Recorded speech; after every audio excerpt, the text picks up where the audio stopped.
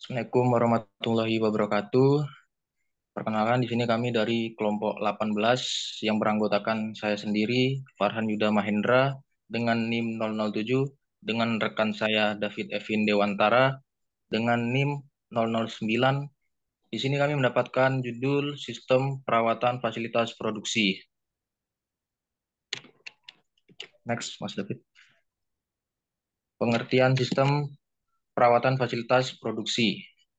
Perawatan fasilitas produksi merujuk pada serangkaian kegiatan yang dilakukan untuk memastikan bahwa semua peralatan dan fasilitas produksi beroperasi dengan efisien, aman, dan sesuai dengan standar yang ditetapkan. Tujuan utama dari perawatan ini adalah untuk mencegah terjadinya kerusakan atau kegagalan yang tidak terduga yang dapat menyebabkan hambatan dalam proses produksi atau bahkan menghentikan produksi sepenuhnya. Next. Tujuan dan alasan pentingnya perawatan fasilitas produksi. Tujuannya yang pertama ialah memaksimalkan umur pakai dari fasilitas dan peralatan. Yang kedua, menjaga kinerja peralatan agar tetap optimal. Yang ketiga, mengurangi downtime yang disebabkan oleh kerusakan atau perbaikan. Yang keempat, menjamin keselamatan bagi pekerja dan lingkungan kerja. Yang kelima, meningkatkan produktivitas dan efisiensi operasional. Alasan pentingnya perawatan fasilitas produksi yang pertama ialah satu, mencegah kerusakan yang lebih besar dan mahal untuk diperbaiki. Yang kedua, menjaga kualitas produk yang dihasilkan tetap tinggi. Yang ketiga, mengurangi resiko kecelakaan kerja yang dapat terjadi karena peralatan yang tidak terawat. Yang keempat, mematuhi regulasi dan standar industri yang berlaku. Next, David, silakan.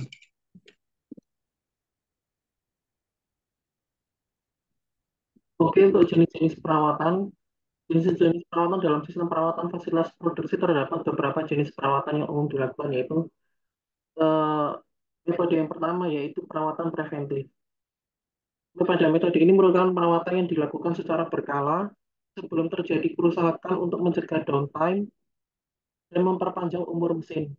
Tujuannya adalah untuk memaksimalkan ketersediaan, availability, dan keandalan reliability fasilitas produksi.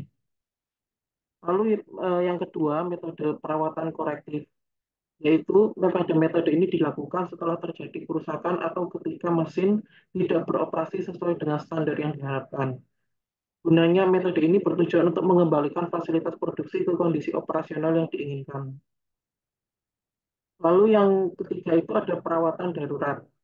Pada jenis perawatan ini diperlukan ketika terjadi kerusakan mendadak yang memerlukan tindakan segera untuk menghindari dampak yang lebih serius. Biasanya terkait dengan situasi yang dapat mengancam keselamatan atau proses produksi yang kritis. Lalu yang metode keempat yaitu ada perawatan terjadwal. Pada perawatan ini dilaksanakan berdasarkan jadwal yang telah ditetapkan, biasanya berdasarkan rekomendasi pabrikan atau pengalaman operasional sebelumnya. Lalu metode yang kelima yaitu ada perawatan prediktif. Pada metode ini menggunakan teknologi canggih seperti analisis, saran, termografi, dan pemantauan kondisi secara real time untuk memprediksi kapan perawatan harus dilakukan. Lalu metode yang terakhir yaitu perawatan berbasis kondisi. Pada perawatan ini dilakukan berdasarkan kondisi aktual dari peralatan, yaitu bukan berdasarkan jadwal atau interval waktu tertentu. Lalu yang selanjutnya ada perencanaan perawatan. Yang pertama yaitu mengapa penjadwalan penting. Penjadwalan yang efektif memungkinkan perusahaan untuk mengurangi gangguan produksi dengan mengidentifikasi dan menyelesaikan masalah sebelum mereka menyebabkan kerusakan serius. Ini juga membantu dalam mengoptimalkan umur peralatan dan menjaga kualitas produk. Lalu yang selanjutnya yaitu ada alat bantu penjadwalan. Dengan kemajuan teknologi, banyak perusahaan sekarang menggunakan perangkat lunak manajemen perawatan yang canggih untuk mengotomatiskan penjadwalan. Perangkat lunak ini dapat mengirimkan pengingat kepada staf perawatan dan memastikan bahwa tidak ada jadwal yang terlewat. Lalu yang selanjutnya ada proses penjadwalan. Proses ini dimulai dengan evaluasi menyeluruh dari semua peralatan dan sistem untuk menentukan frekuensi perawatan yang diperlukan. Faktor-faktor seperti usia peralatan, riwayat kerusakan, dan pentingnya peralatan dalam proses produksi diperhitungkan. Yang kemudian itu adalah pengelolaan sumber daya. Yang pertama itu ada alokasi tenaga kerja. Menentukan jumlah dan keahlian teknisi yang dibutuhkan adalah langkah pertama. Ini juga termasuk di dalam penjadwalan shift kerja, serta memastikan bahwa teknisi memiliki pelatihan yang diperlukan untuk tugas-tugas tertentu. Lalu yang kedua ada manajemen suku cadang. Suku cadang di sini harus dikelola dengan hati-hati, supaya menghindari kekurangan atau kelebihan inventaris. Ini melibatkan pemantauan tingkat penggunaan suku cadang, prediksi kebutuhan masa depan, dan menjaga hubungan dengan pemasok untuk memastikan ketersediaan suku cadang. Lalu poin yang ketiga ada anggaran perawatan. Anggaran harus direncanakan dengan cermat supaya mencakup semua aspek perawatan.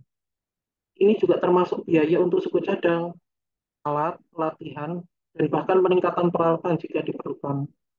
Lalu poin yang keempat, yang terakhir yaitu penggunaan alat.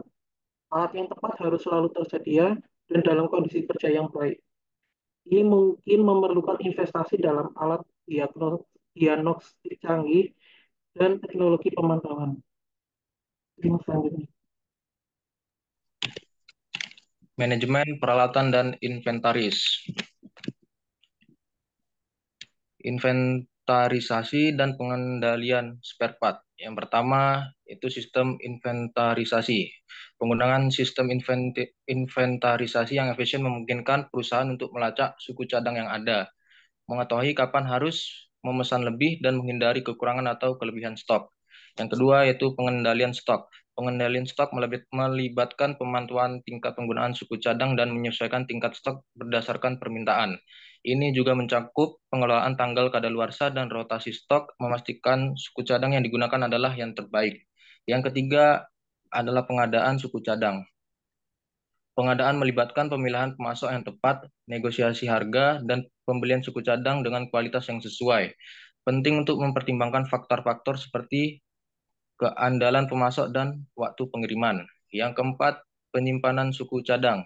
Penyimpanan yang tepat sangat penting untuk menjaga kondisi suku cadang. Ini termasuk penyimpanan dalam kondisi yang sesuai, seperti suhu dan kelembapan yang terkontrol, serta pengaturan yang memudahkan identifikasi dan pengembalian suku cadang. Next. Metodologi perawatan. Teknik-teknik diagnostik dan pemantauan kondisi. Yang pertama itu diagnostik. Teknik-teknik diagnostik seperti analisis getaran, termografi, dan ultrasonik digunakan untuk mendeteksi masalah sebelum mereka menyebabkan kerusakan serius. Ini memungkinkan perawatan yang ditargetkan dan mengurangi kebutuhan akan perawatan korektif yang mahal.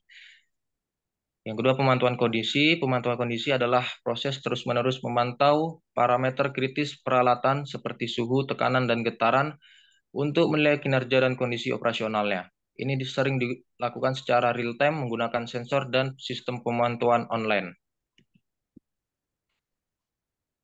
Yang ketiga, analisis kegagalan. Ini melibatkan pengumpulan dan analisis data untuk menentukan mengapa suatu kegagalan terjadi. Metode seperti analisis akar penyebab, root cause analysis, RCA, digunakan untuk mengidentifikasi faktor-faktor yang berkontribusi terhadap kegagalan.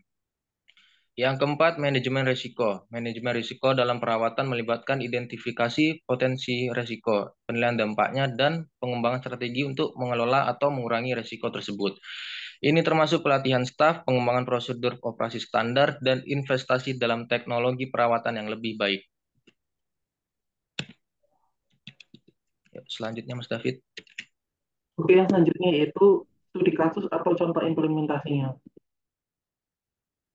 Pada studi kasus implementasi preventif maintenance di sebuah pabrik, latar belakangnya adalah PTA adalah sebuah produsen bola lampu terkemuka di Indonesia yang menghadapi masalah kehandalan mesin produksi. Frekuensi kerusakan mesin yang tinggi menyebabkan downtime dan mengganggu kelancaran produksi. Lalu masalah yang dihadapi mesin vakum dan mesin sealing merupakan dua mesin dengan frekuensi breakdown terbesar yang berdampak signifikan pada proses produksi.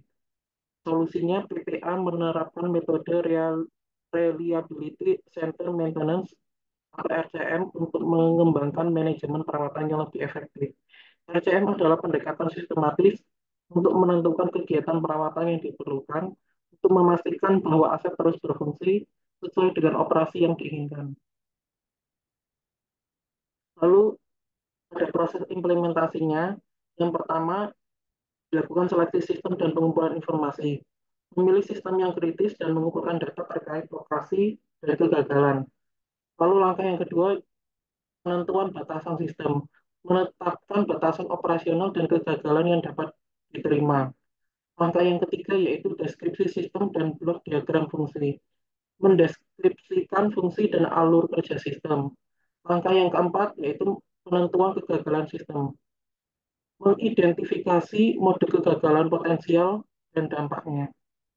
Lalu langkah yang terakhir, langkah yang kelima, analisis FMEA dan LTA, melakukan failure mode effect analysis dan logic tree analysis untuk menganalisis risiko dan menentukan tindakan perawatannya.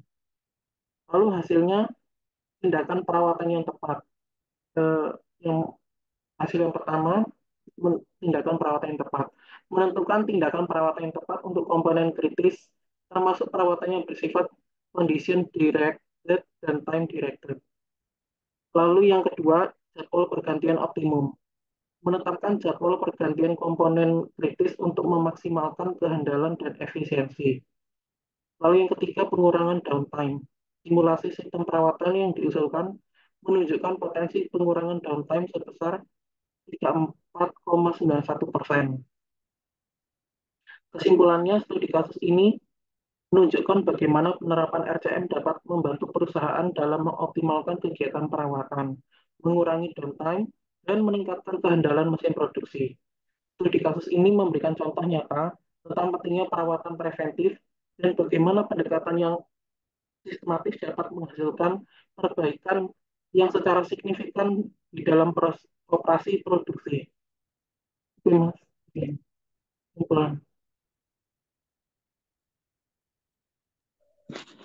Kesimpulan dari materi ini yakni materi ini menyoroti pentingnya sistem perawatan fasilitas produksi dalam industri desain produk. Perawatan yang efektif tidak hanya memastikan operasional yang lancar dan efisien, tetapi juga menjaga keselamatan kerja dan kualitas produk.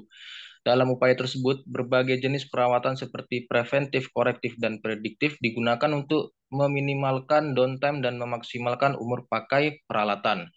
Penekanan diberikan pada perencanaan perawatan yang efektif, manajemen sumber daya, dan penerapan teknologi diagnostik modern. Studi kasus tentang penerapan preventive maintenance di pabrik menunjukkan bagaimana pendekatan sistematis dapat meningkatkan operasi produktif secara signifikan. Kesimpulannya, sistem perawatan fasilitas produksi adalah elemen kunci dalam mendukung efisiensi operasional dan keberhasilan industri desain produk. Sekian dari diskusi kelompok kami. Jika ada salah kata, mohon dimaafkan. Saya akhiri. Wassalamualaikum warahmatullahi wabarakatuh.